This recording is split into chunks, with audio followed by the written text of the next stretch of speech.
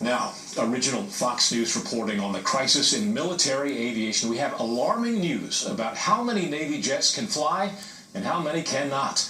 Plus, we have new details about a story we broke, the dire condition of the Marine Corps Air Fleet. Pentagon producer Lucas Tomlinson has a Fox News exclusive. 36-year-old Marine Major Sterling Norton was killed when his F-18 crashed just 6 weeks ago. His was one of 3 F-18 fighter jets from the same squadron that have crashed since October, killing in all 2 Marine pilots. Sterling's commanding officer called him one of his best. Major Norton's mother told Fox News, quote, "I want to wait for the investigation report. However, these jets are too old and should not be flown anymore."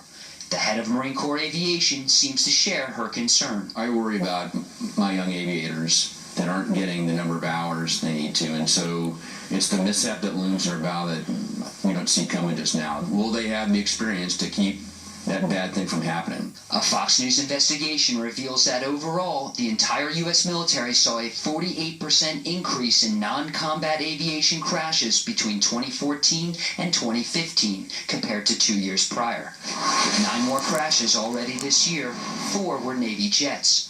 The admiral in charge of naval aviation denies there's a link between the crashes and the age and readiness of his branch's planes. I wouldn't characterize it as a crisis. I get a question a lot, do you tie it to readiness or a lack of proficiency and currency? And in review of those mishaps, I can't make that connection. But according to the Navy's own data, only 21% of early model Navy F-18 Hornets can fly, and only 50% of its newer Super Hornets can, due to shortages in critical spare parts and maintenance. And congressional leaders are taking notice of the increase in crashes. They're going up partly because they're not getting the training they should get. They're going up because maintenance is harder and harder to accomplish. They're going up because the airplanes are getting older and older. Other branches are under the same pressure as the Navy.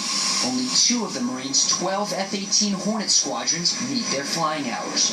I'll tell you that in order to get to 75% mission capable, I need about another 366 airplanes in the Marine Corps. Right now, of the Marines' 273 F-18s, only 91 can fly. Hits to the military's readiness keep coming. Since 2009, the defense budget has been cut by more than $100 billion, while the high tempo of combat operations hasn't slowed.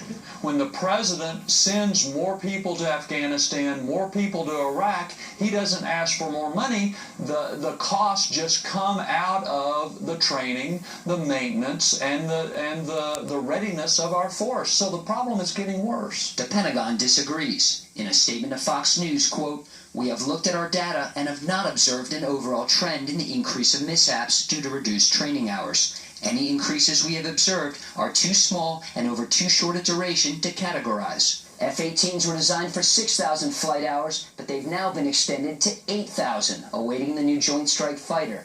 The head of Marine Corps Aviation tells Fox News he'd love to buy new jets faster if he could, but the money isn't there. Doug? Our Pentagon producer Lucas Tomlinson. Thank you, Lucas.